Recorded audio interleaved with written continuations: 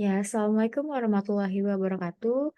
Kami dari kelompok 6 ingin menjelaskan materi tentang metode penelitian yang terdiri dari studi kasus, fenomenologi, kuas eksperimen, etnomatematika, dan research and development. Adapun anggota kelompok dari kelompok 6 yaitu ada Hafizra Junia Iskandar, kemudian ada Desi Mailawati, kemudian ada Devina Dewi Darmawanti, kemudian ada Muhammad Giovanni Eka Syahputra, dan terakhir ada Nurul Aini Fitrianti. Pertama-tama di sini ada metode penelitian studi kasus. Pengertian dari metode penelitian studi kasus ialah penelitian yang berfokus pada suatu kasus dari sebuah fenomena atau peristiwa yang sedang terjadi, kemudian dianalisis untuk memahami karakteristik, konteks, dan kompleksitas yang terlibat. Studi kasus sering digunakan dalam penelitian kualitatif, meskipun juga dapat digunakan dalam pendekatan penelitian kuantitatif. Tujuan dari metode studi kasus itu untuk memberikan hasil yang jelas terhadap pertanyaan pada kasus, membantu mengungkap detail-detail yang mungkin terlewatkan dalam pendekatan penelitian yang lebih umum dan atau kuantitatif. Menurut Octaviani et al. Tahun 2022, ia menyatakan bahwa penelitian studi kasus bertujuan untuk memperoleh pemahaman mendalam tentang suatu kasus atau fenomena tertentu dalam konteks alamiah. Namun perlu dicatat bahwa karena berfokus pada kasus yang khusus, generalisasi hasil studi kasus ke populasi yang lebih besar dapat menjadi sulit. Lalu jenis-jenis studi kasus ada deskriptif, itu untuk berkonsentrasi untuk mendeskripsikan dan memahami fitur-fitur, latar belakang, dan spesifikasi kasus yang sangat rinci. Lalu eksplorasi itu itu penelitian tanpa hipotesis awal yang jelas serta digunakan ketika ingin menyelidiki sebuah fenomena yang masih sedikit dipahami. Lalu komparatif itu membuat persamaan dan perbedaan antara dua situasi atau lebih untuk mendapatkan pemahaman yang lebih dalam atau ide-ide baru. Selanjutnya kritis, itu melibatkan pemeriksaan menyeluruh terhadap kasus yang dianggap penting bertujuan untuk memahami berbagai sudut pandang dan konsekuensinya. Lalu jenis instrumen ganda itu menggunakan dua atau lebih contoh kasus untuk menyelidiki satu fenomena. Selanjutnya ada rekapitulasi, itu memeriksa kembali kasus yang telah dipelajari sebelumnya untuk melihat apakah hasilnya sesuai atau ada variasi yang menonjol. Lalu metode tertanam, itu memasukkan studi kasus ke dalam kerangka kerja penelitian yang lebih komprehensif sehingga menjadi komponen dari fenomena yang lebih besar.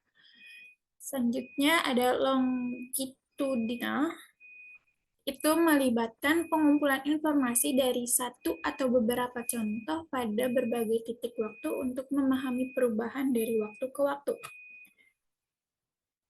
Studi kasus kumulatif itu mengintegrasikan informasi dari beberapa kasus intrinsik untuk mendapatkan pemahaman yang lebih baik tentang kasus itu sendiri. Dan yang terakhir itu instrumental, itu mengembangkan atau memvalidasi teori tertentu. Selanjutnya ada kelebihan dan kekurangan dari metode penelitian studi kasus. Kelebihannya itu yang pertama, studi kasus dapat memberikan wawasan yang berharga tentang hubungan antara variabel dan proses yang membutuhkan lebih banyak klarifikasi dan pemahaman. Lalu yang kedua, studi kasus menawarkan kesempatan untuk mempelajari lebih lanjut tentang ide-ide mendasar dalam perilaku manusia. Yang ketiga, studi kasus dapat menghasilkan data dan kesimpulan yang sangat membantu sebagai landasan untuk membangun rencana studi yang lebih luas dan mendalam. Selanjutnya itu adalah ada kekurangan dari metode penelitian studi kasus.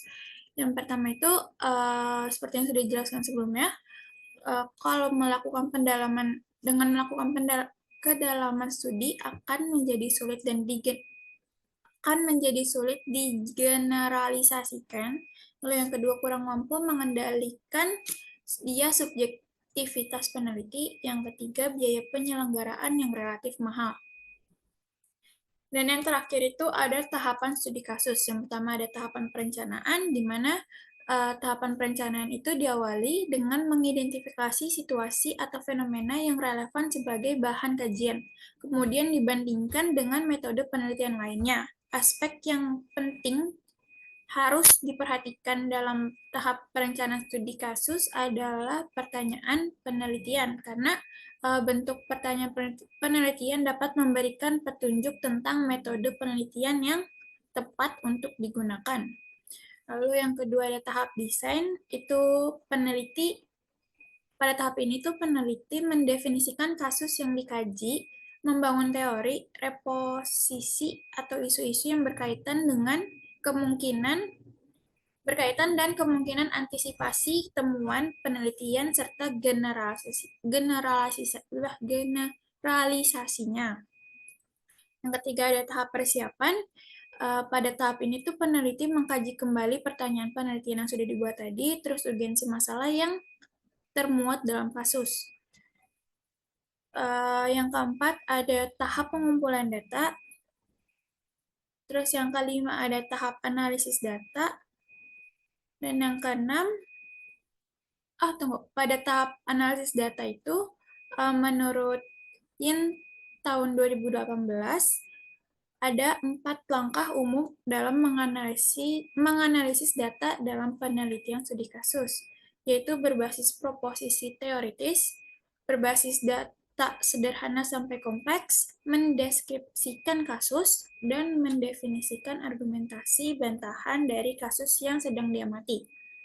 Dan terakhir adalah tahap laporan. Sekian penjelasan tentang metode penelitian studi kasus. Adapun materi metode penelitian fenomenologi. Nah, definisi dari fenomenologi yaitu dibagi menjadi dua, ada secara etimologis dan secara harfiah. Nah, secara etimologis itu fenomena itu dibagi menjadi arti fenomena dan logos.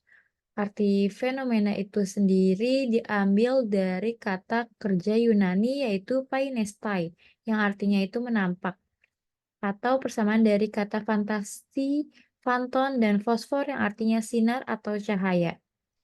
Nah, berdasarkan kata tersebut, maka terbentuk kata kerja yaitu tampak, terlihat karena bercahaya. Nah, dalam bahasa Indonesia diartikan sebagai cahaya. Kemudian, secara harfiah itu artinya adalah gejala atau sesuatu yang menampakkan. Nah, pengertian menurut para ahli itu terdapat dari pendapat Donia menuliskan bahwa fenomenologi adalah ilmu tentang esensi-esensi kesadaran dan esensi ideal dari objek-objek sebagai korelasi dengan kesadaran. Kemudian, menurut Edmund Husserl, fenomenologi itu adalah suatu refleksi atas kesadaran dari sudut pandang orang pertama. Nah, fenomenologi hendak menggambarkan pengalaman manusia sebagai ia mengalaminya melalui pikiran, imajinasi, emosi, hasrat, dan sebagainya. Kemudian, menurut Husserl, menyatakan bahwa fenomenologi menganalisis dunia kehidupan manusia sebagaimana ia mengalaminya secara subjektif, objektif, maupun intersubjektif dengan manusia lainnya. Nah, adapun karakteristik fenomenologi.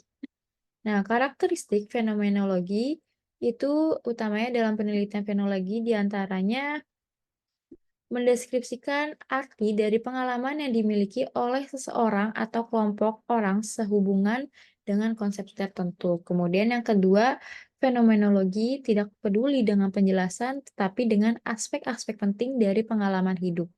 Yang ketiga, fenomenologi adalah penelitian sistematis tentang subjektivitas. Yang keempat, fenomenologi berusaha menjelaskan apa yang mendasari bagaimana orang menggambarkan pengalaman mereka. Yang kelima, fenomenologi adalah studi tentang bagaimana orang berinteraksi dalam kelompok. Kemudian yang keenam ada reduksi transendental dalam fenomenologi. Yang ketujuh, fenomenologi secara metodis mengarah pada penemuan dan analisis hal-hal atau objek penelitian di dunia. Dan yang kedelapan, fenomenologi mencoba untuk memahami bagaimana orang membangun makna. Yang kesembilan, dalam fenomenologi, pengalaman orang memberikan kebenaran kritis tentang realitas.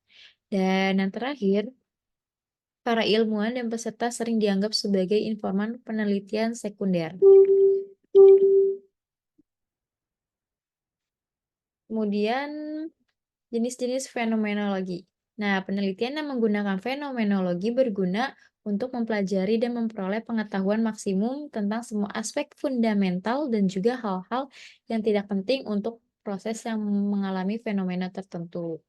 Nah, jenis-jenis fenomenologi itu terbagi menjadi tiga, yaitu ada fenomenologi realisis, kemudian transendental atau konstitutif, kemudian ada fenomenologi eksistensial. Nah, fenomenologi realisis itu formulasi awal Edmund Husserl berdasarkan edisi pertama penelitiannya tentang logika. Nah, bagi Husserl ini, logika memiliki tujuan untuk menganalisis struktur dari tindakan mental yang disengaja diarahkan pada objek nyata dan ideal. Ini adalah versi yang disukai Universitas Munich pada abad ke-20. Kemudian, fenomenologi transendental itu jenis ini merupakan rumusan kedua hasil Husserl. Nah, berdasarkan ide-idenya pada tahun 1913, di mana dengan ia mensampingkan pertanyaan tentang hubungan apapun dengan dalam di sekitar kita, dapat mengambil pengalaman intuitif terhadap suatu fenomena sebagai titik awal dan mencoba mengekstrak karakteristik umum yang esensial dari pengalaman dan esensi dari apa yang dia alami. Kemudian, fenomenologi eksistensial itu jenis ini merupakan formulasi Heidegger yang diperluas seperti yang diungkapkan dalam Being and Time tahun 1927 bahwa kombinasi dari metode fenomenologi dengan kepentingan memahami manusia di dunia eksistensinya pengamat tidak dapat memisahkan dari dunia. Kemudian ada pun langkah-langkah fenomenologi. Nah, langkah-langkah fenomenologi ini dari Solaizi. Nah, jadi langkah-langkahnya itu membuat deskripsi informasi tentang fenomena dari informan dalam bentuk narasi yang bersumber dari hasil wawancara dan catatan lapangan. Kemudian membaca kembali secara keseluruhan deskripsi informasi dari informan untuk memperoleh perasaan yang sama seperti pengalaman informan. Mengidentifikasi kata kunci melalui penyaringan pernyataan informan yang signifikan dengan fenomena yang diteliti. Pernyataan-pernyataan yang merupakan pengulangan dan mengandung makna yang sama atau mirip, maka pernyataan ini diabaikan. Kemudian memformulasikan arti dari kata kunci dengan cara mengelompokkan kata kunci yang sesuai pertanyaan penelitian selanjutnya. Mengelompokkan lagi kata kunci yang sejenis. Kemudian yang kelima itu mengorganisasikan arti-arti yang telah teridentifikasi dalam beberapa kelompok tema. Setelah tema-tema terorganisir, peneliti memvalidasi kembali kelompok tema tersebut. Langkah selanjutnya itu mengintegrasikan semua hasil penelitian ke dalam suatu narasi yang menarik dan mendalam sesuai dengan topik penelitian. Dan langkah terakhir itu mengembalikan semua hasil penelitian pada masing-masing informan untuk divalidasi kembali oleh mereka setelah transkrip dibuat. Setiap ada informasi baru dari informan, lalu diikutsertakan pada deskripsi hasil akhir penelitian. Untuk pembahasan selanjutnya yaitu kita akan membahas mengenai kuasi eksperimen. Sebelum kita memahami lebih lanjut terkait kuasi eksperimen, di sini terdapat definisi dari metode eksperimen. Metode eksperimen adalah suatu penelitian yang melibatkan manipulasi variabel independen, mengendalikan variabel luar atau eksternos, serta mengukur efek variabel independen pada variabel dependen. Secara lebih rinci, metode ini terbagi atas 3 macam. Yang pertama yaitu eksperimen acak, yang kedua yaitu eksperimen kuasi atau kuasi eksperimen, yang ketiga yaitu eksperimen kasus tunggal. Nah, pada kesempatan kali ini kita akan membahas mengenai kuasi eksperimen. Kuasi eksperimen adalah metode penelitian yang digunakan untuk menguji pengaruh suatu perlakuan atau intervensi terhadap suatu kelompok atau populasi tanpa menggunakan penugasan acak untuk membagi kelompok eksperimen dan juga kelompok kontrol. Kuasi eksperimen ini sering digunakan dalam bidang-bidang seperti pendidikan, kesehatan, dan sosial. di mana penugasan acak tidak mungkin atau tidak etis untuk dilakukan. Berikut ini merupakan karakteristik dari kuasi eksperimen. Yang pertama yaitu random assignment, bahwa peluang setiap objek penelitian adalah sama. Dengan adanya peluang yang sama, maka diterimanya hasil penelitian yang akan digeneralisasikan kepada populasi memiliki tingkat kepercayaan yang tinggi. Yang kedua yaitu kontrol terhadap variabel asing atau tambahan. Ada beberapa cara agar peneliti dapat mengontrol variabel asing antara lain dengan melakukan pretest dan posttest, mengidentifikasi satu atau lebih karakteristik pribadi yang sama, misalnya jenis kelamin dan rentang usia. Yang ketiga yaitu manipulasi terhadap kondisi perlakuan, suatu tindakan dari peneliti untuk menentukan mana yang menjadi objek perlakuan dan mana yang menjadi objek kontrol. Yang keempat yaitu observasi atau pengamatan. Hal ini dilakukan untuk melihat sejauh mana pelaksanaan eksperimen berjalan dengan baik. Berikut hasil yang ditimbulkan oleh eksperimen tersebut. Berikut ini merupakan rancangan atau desain penelitian dari kuasi eksperimen dalam penelitian Campbell dan Stanley pada tahun 1963 dan juga Creswell pada tahun 2017.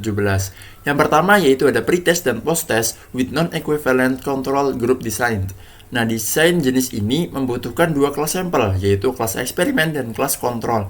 Kelas eksperimen adalah kelas yang diberikan perlakuan dan kelas kontrol adalah kelas yang tidak diberikan perlakuan. Biasanya menggunakan pembelajaran langsung yang sering dikenal sebagai pendekatan konvensional. Selanjutnya terhadap kedua kelas tersebut diberikan tes sebelum kegiatan pembelajaran yaitu pretest dan juga diberikan tes setelah kegiatan pembelajaran yaitu posttest. Adapun bentuk rancangannya dapat terlihat seperti tabel berikut ini. Dengan O adalah pre-response atau post-response dan X adalah penerapan perlakuan berupa penerapan model, pendekatan, atau strategi pembelajaran yang ingin dicari pengaruh atau keefektifannya. Yang kedua yaitu Single Control Interrupted Time Series Design. Nah, desain jenis ini hanya menggunakan satu kelas, yaitu kelas eksperimen. Akan tetapi, pre-response dan post-response dilakukan lebih dari satu kali secara berkali-kali, baik sebelum kegiatan pembelajaran maupun setelah kegiatan pembelajaran. Biasanya desain ini digunakan untuk melihat pengaruh atau efektivitas model, pendekatan, atau strategi pembelajaran dengan memberikan beberapa kali pengukuran, bisa tes ataupun non-tes, baik sebelum maupun setelah perlakuan. Selain itu, dijelaskan juga bahwa desain jenis ini biasanya digunakan untuk melihat kekonsistenan topik tertentu atas dasar treatment yang diberikan dan biasanya juga digunakan ketika seseorang peneliti ingin mengembangkan suatu perangkat atau model pembelajaran. Adapun rancangannya dapat terlihat seperti tabel, yaitu dengan X adalah perlakuan dan O adalah kegiatan pengukuran yang dilakukan pada konteks ini. Pengukuran dilakukan secara berulang-ulang baik sebelum maupun setelah perlakuan. Yang ketiga yaitu terdapat Control Group Interrupted Time Series Design. Nah, desain jenis ini merupakan kombinasi antara kedua jenis desain yang telah dijelaskan sebelumnya, yaitu menggunakan dua kelas sebagai sampel dengan mengintegrasikannya time series dalam implementasinya. Adapun bentuk rancangannya seperti pada tabel, dengan X adalah perlakuan dan O adalah kegiatan pengukuran yang dilakukan baik sebelum maupun sesudah perlakuan. Nah, dalam penggunaan metode kuasi eksperimen terdapat keunggulan sebagai berikut. Yang pertama yaitu lebih mudah dan murah untuk dilakukan karena tidak memerlukan proses penugasan acak yang rumit dan memakan waktu yang lama. Yang kedua yaitu lebih fleksibel dan realistis karena dapat menyesuaikan dengan kondisi dan situasi yang ada di lapangan, serta dapat memanfaatkan kelompok-kelompok yang sudah ada sebelumnya. Yang ketiga yaitu lebih etis dan humanis karena tidak memaksa subjek untuk mengikuti perlakuan yang tidak mereka inginkan atau tidak sesuai dengan kebutuhan mereka. Selain dari keunggulan tersebut, terdapat juga kelemahan-kelemahan dari metode kuasi eksperimen ini. Yang pertama yaitu lebih rentan terhadap bias dan gangguan karena tidak dapat mengontrol variabel-variabel yang mempengaruhi hasil penelitian seperti karakteristik subjek, sejarah, maturasi, pengujian, instrumen, dan juga implementasi.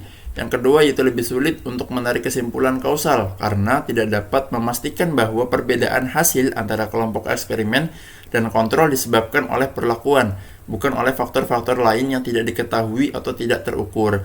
Yang terakhir yaitu lebih memerlukan teknik-teknik statistik yang canggih dan kompleks, karena harus mengatasi masalah-masalah seperti heterogenitas, seleksi, dan interaksi.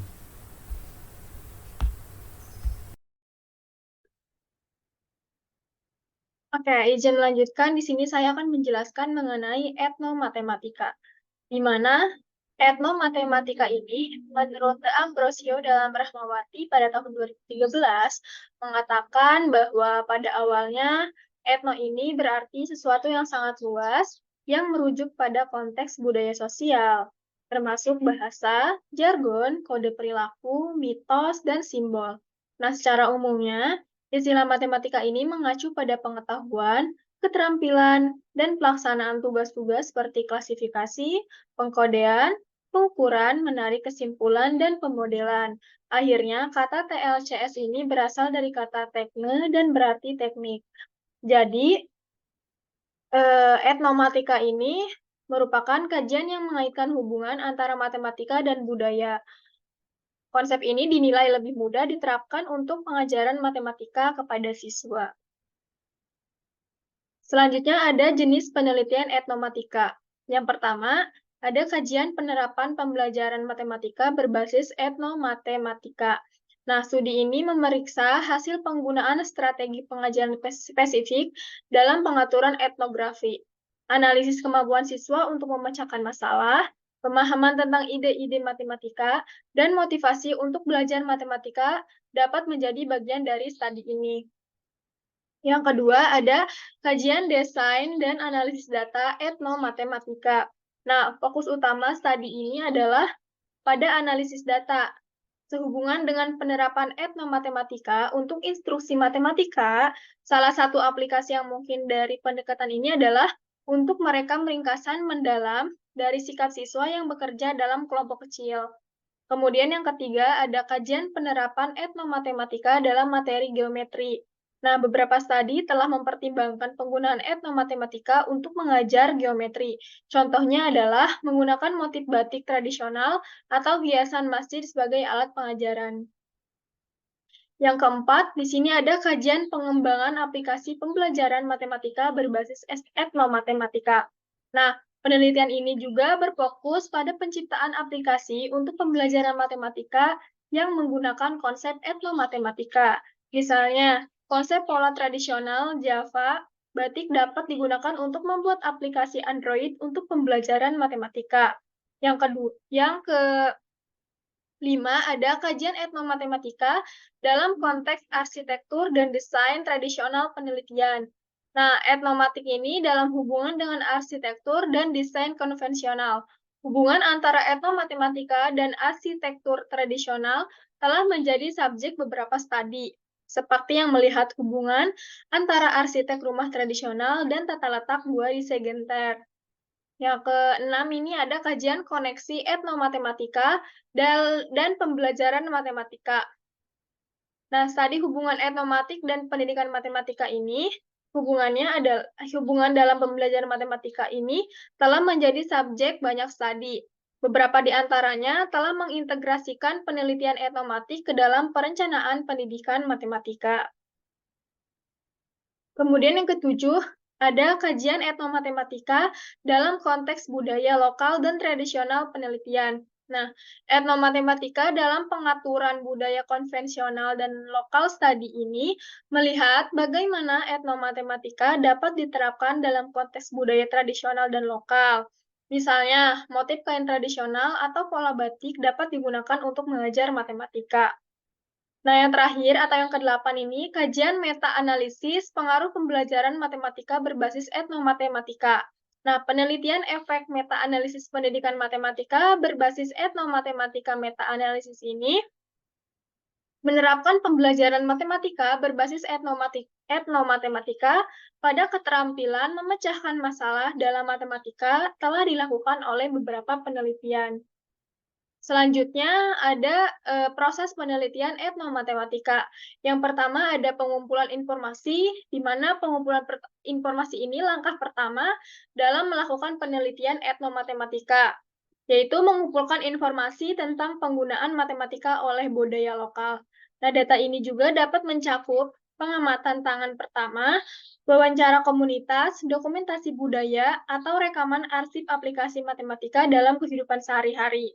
Yang kedua ada analisis budaya lokal. Nah, fase berikutnya melibatkan pemeriksaan menyeluruh kebiasaan regional dan bagaimana ide-ide matematika diwakili di dalamnya. Nah, para peneliti ini akan mencari budaya lokal untuk simbol matematika, pola, atau kebiasaan menghitung. Yang ketiga, ada pengujian dan evaluasi. Nah, penilaian dan pemeriksaan para peneliti akan menguji dan mengevaluasi efektivitas penggunaan konsep etnomatematika dalam pembelajaran matematika. Yang keempat, ada integrasi konsep matematika. Nah, langkah berikut melibatkan mengintegrasikan ide-ide matematika dari budaya lokal ke dalam konteks instruksi matematika. Nah, ini juga melibatkan penciptaan kurikulum, sumber belajar, atau modul yang menerapkan konsep etnomatematika untuk meningkatkan pemahaman siswa tentang matematika. Dan yang terakhir ada diseminasi hasil, di mana berbagai temuan penelitian dengan praktisi, komunitas akademis, dan peneliti lainnya adalah tahap terakhir dalam proses penelitian etnomatematika. Tujuannya itu adalah untuk menyebarkan informasi dan wawasan tentang penggunaan ide-ide etnomatematika dalam pendidikan matematika. Nah, selanjutnya ada macam-macam karakteristik penelitian etnomatematika. Yang pertama, ada pemilihan konten budaya yang disesuaikan dengan konten matematika yang sedang dipelajari. Misalnya, ketika mempelajari topik kerucut, diberikan produk budaya yang sesuai dengan bentuknya, itu bentuk kerucut gitu. Nah, yang kedua ini ada dari produk budaya yang dijadikan bahan etnomatematika. Dilihat juga konsep-konsep matematika yang terdapat di dalamnya, baik untuk dijadikan referensi pengajaran maupun untuk memodelkan konsep budaya secara matematis dari produk budaya tersebut. Misalnya menemukan konsep matematika apa yang ada pada bangunan adat, pakaian, dan sebagainya. Nah, yang ketiga, peserta didik ini diarahkan untuk menghargai budaya mereka, salah satunya dengan menemukan sifat matematika yang ada pada budaya mereka tersebut. Dengan mempelajari matematika menggunakan budaya yang ada di kehidupan sehari-hari, peserta didik akan terdorong untuk menghargai budaya mereka. Sebaiknya pembelajaran matematika akan lebih bermakna. Selanjutnya ada ciri-ciri penelitian etnomatematika. Yang pertama itu ada keterlibatan budaya lokal. Nah, fokus utama dari penelitian etnomatematika ini adalah adat istiadat setempat.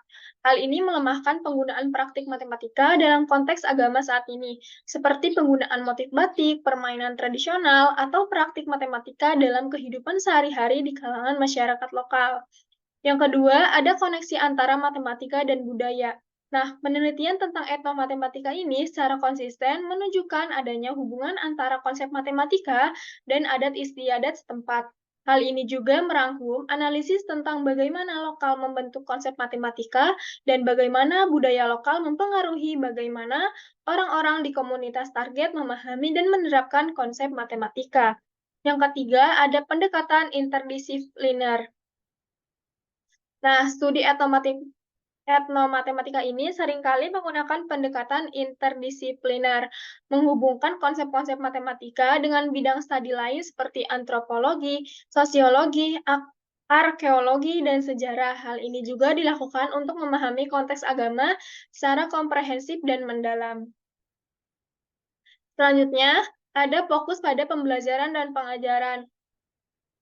Nah, penelitian etnomatematika ini seringkali berfokus pada peningkatan metode pengajaran matematika berdasarkan adat istiadat setempat. Hal ini menyoroti perlunya pengembangan kurikulum, metode pengajaran, dan materi pembelajaran yang memanfaatkan konteks budaya lokal untuk meningkatkan pemahaman siswa terhadap konsep matematika.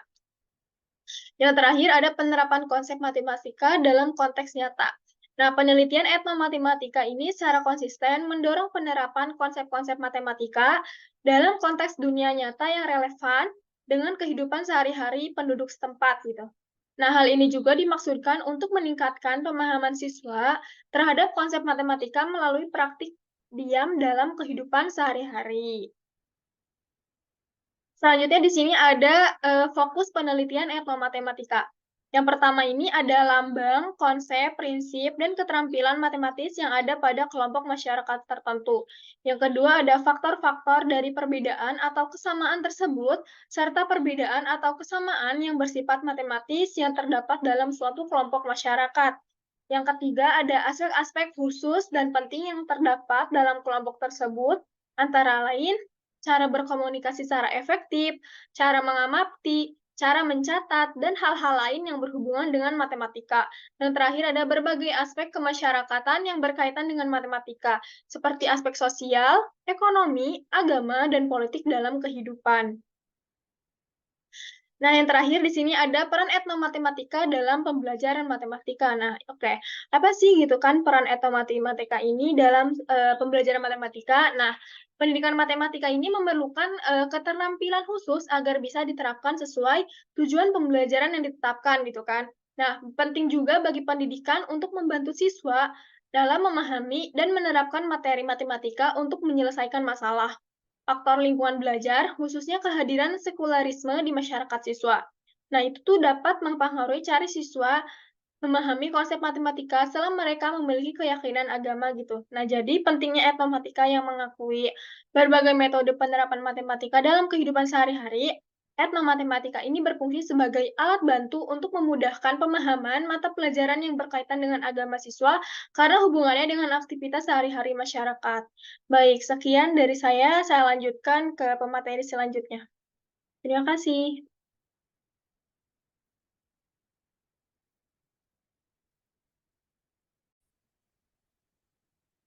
Selanjutnya ada Research and Development.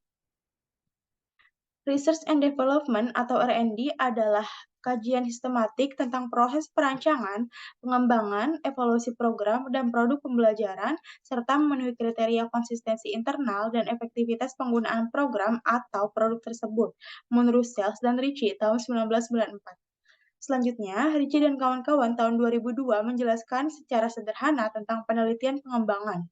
Beliau mengatakan bahwa penelitian pengembangan merupakan kajian proses dan pengaruh spesifik dari dampak perancangan dan pengembangan pembelajaran. Ada juga yang menyebutkan bahwa penelitian pengembangan adalah penggunaan dan pelaksanaan produk hasil perancangan, pengembangan, serta evaluasi aktivitas pembelajaran. Dan pengertian lain juga menyebutkan penelitian pengembangan merupakan kajian proses secara utuh atau sebahagian dari proses perancangan, pengembangan, dan evaluasi pembelajaran. Selanjutnya ada model penelitian R&D. Yang pertama ada model PLOM. Model PLOM tahun 2010 menjelaskan penelitian perancangan adalah studi secara sistematis tentang proses perancangan, pengembangan, dan evaluasi atau intervensi yang berarti program, strategi mengajar belajar beserta perangkatnya, produk, dan sistem. Sebagai solusi terhadap masalah yang kompleks dalam pendidikan praktis, juga memiliki tujuan untuk meningkatkan pengetahuan tentang karakteristik dari intervensi tersebut, juga proses desain dan pengembangannya. Berikut adalah fase-fase dalam model PLOM. Yang pertama adalah fase investigasi awal atau preliminary investigation. Istilah preliminary investigation juga disebut analisis kebutuhan atau needs analysis atau analisis masalah atau problem analysis. Yang kedua ada fase desain. Dalam fase ini, pemecahan atau solution didesain mulai dari definisi masalah. Yang ketiga ada fase realisasi atau konstruksi. Setelah fase desain, fase ini akan memperoleh pemecahan. Yang keempat ada fase tes, evaluasi, dan juga revisi. Fase ini berisi pengujian, pengumpulan, pemrosesan, dan penganalisisan informasi secara sistematik, serta penentuan pemecahan manakah yang memuaskan dan manakah yang masih perlu dikembangkan. Fase terakhir adalah fase implementasi. Fase ini berisi perlakuan penelitian lanjutan penggunaan produk pengembangan pada wilayah yang lebih luas. Model selanjutnya adalah model Didactical Design Research atau DDR. DDR adalah pemahaman tentang bentuk-bentuk inovasi pendidikan dan upaya peneliti dalam menciptakan inovasi pendidikan, menurut Gravemeyer dan Kopp tahun 2006. Suryadi dalam Martadipura tahun 2013 memformulasikan sebuah Didactical Design Research atau DDR dalam pengembangan bahan ajar melalui 3 tahap, di antaranya analisis situasi didaktis, yang dilakukan sebelum pembelajaran berupa pemikiran tentang prediksi dan antisipasi terhadap respon siswa pada situasi didaktis yang akan dimunculkan pada saat pembelajaran.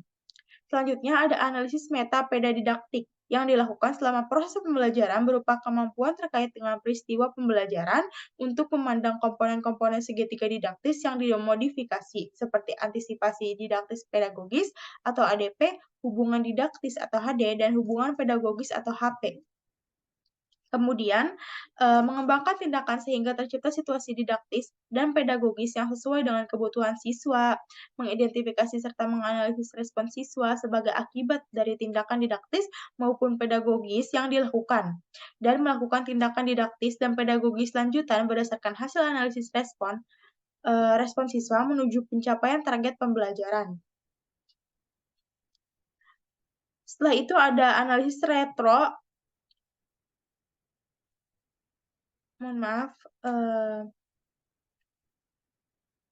Setelah itu ada analisis retrospektif, yakni analisis yang mengaitkan hasil analisis situasi didaktis hipotesis dengan analisis metapedadidaktik berupa refleksi pasca pembelajaran. Setelah itu ada metode didactical engineering atau DE. DE adalah sebuah desain penelitian yang dikembangkan khusus berdasarkan teori situasi didaktis Brosseau sebagai cara yang dikendalikan sedemikian rupa yang berguna untuk membangun dan menilai sebuah situasi dan efektivitasnya, menurut Marisa dan Fazila tahun 2020. Teknik didaktik pada dasarnya terkait dengan intervensi pendidikan atau eksperimen di kelas. Biasanya urutan pelajaran, pengalaman ini dipandu dan dicoba untuk menguji beberapa ide teoritis. Berikut adalah tahapan-tahapan penelitian didactical engineering atau DE menurut Godino, Batanero, Constreras, Estepa, Lacasta, dan Wilhelmi tahun 2013. Yang pertama ada analisis awal. Tahapan ini adalah tahapan menyelidiki kondisi epistemologis, kognitif, dan institusional beserta dengan hambatan-hambatan yang terjadi. Berdasarkan hasil penyelidikan tersebut, disusunlah hypothetical learning trajectory yang disesuaikan dengan karakteristik siswa. Yang kedua ada desain dan analisis a priori dari situasi mengajar. Peneliti mendesain dan membuat analisis a priori atau analisis hipotesis dengan memfokuskan pada identifikasi dan pemilihan nilai untuk variabel yang dikembangkan dan antisipasi terhadap efek potensial variabel didaktis tersebut terhadap interaksi antara siswa dengan nilai. Yang kedua ada percobaan. Peneliti menerapkan desain yang telah dirancang pada tahap sebelumnya dan melihat sejauh mana siswa mampu menerapkan hasil dari analisis a priori yang telah dibuat. Yang keempat ada analisis banding. Peneliti membandingkan analisis a priori dengan posteriori. Apakah hasilnya sesuai dengan prediksi yang telah dirancang sebelumnya atau penerapan pembelajarannya? Yang terakhir ada evaluasi. Peneliti memvalidasi terhadap hipotesis yang mendasari desain yang dirancang, kemudian menyimpulkan dari seluruh tahapan yang telah dilakukan. Yang terakhir ada model ADI. Model ADI adalah desain instruksional yang mencakup analisis, desain,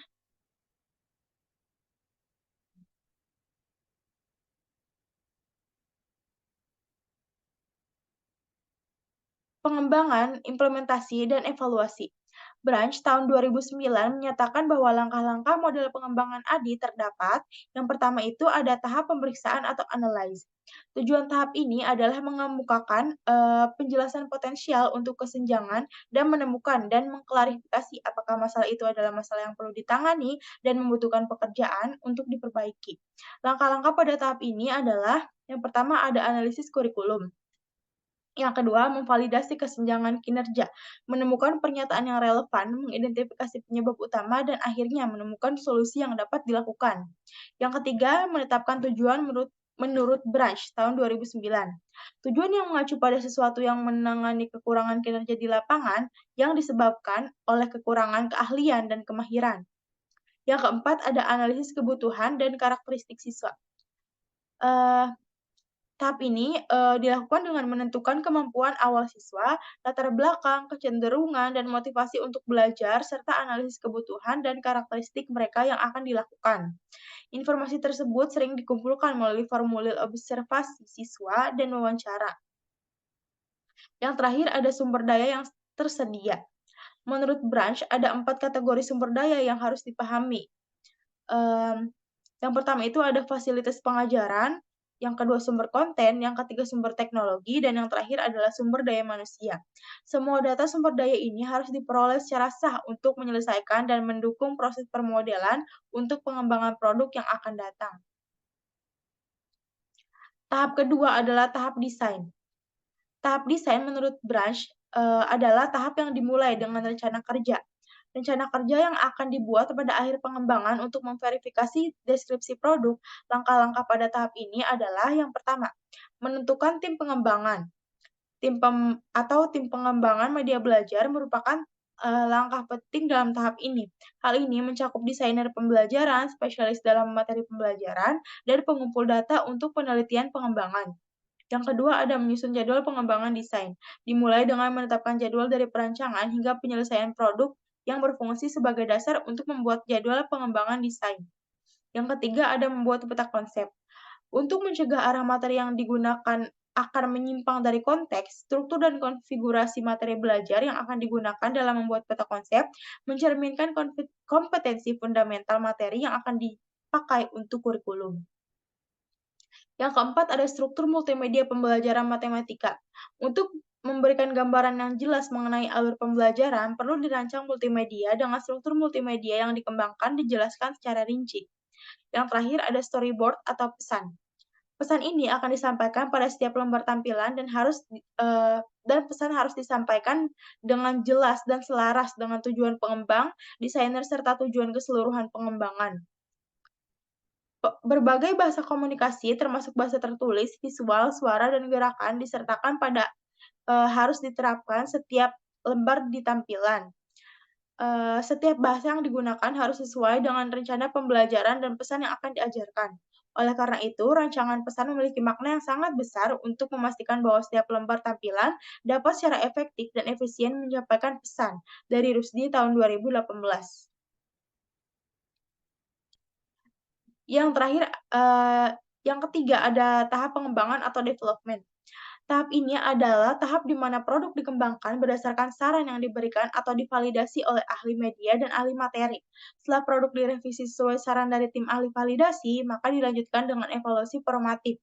Evaluasi formatif adalah proses pengumpulan data yang digunakan untuk merevisi produk yang dikembangkan sebelum implementasi atau diterapkan dalam proses pembelajaran. Branch tahun 2009 menyatakan bahwa menentukan efektivitas produk yang dikembangkan adalah tujuan dari evaluasi formatif. Pengujian individu, kelompok kecil, dan cabang besar adalah tindakan yang khas yang dilakukan pada titik ini.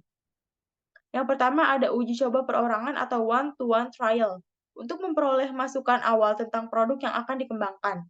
Yang kedua ada uji coba kelompok kecil atau small group trial. Menurut Branch tahun 2009, angket optimum dari uji coba kelompok kecil adalah antara 8 hingga 20 orang. Yang ketiga ada uji coba kelompok besar atau field tryout. Uji coba ini melibatkan sampel yang lebih besar. Yang keempat ada tahap implementasi atau implementation. Menurut Branch tahun 2009, pada tahap ini implementasi produk yang telah diuji dicoba diterapkan di dalam situasi nyata dengan pembelajaran yang sesungguhnya. Yang terakhir ada tahap evaluasi atau evaluation. Adapun tujuan tahap evaluasi adalah menilai kualitas dari produk dan proses menurut Branch tahun 2009.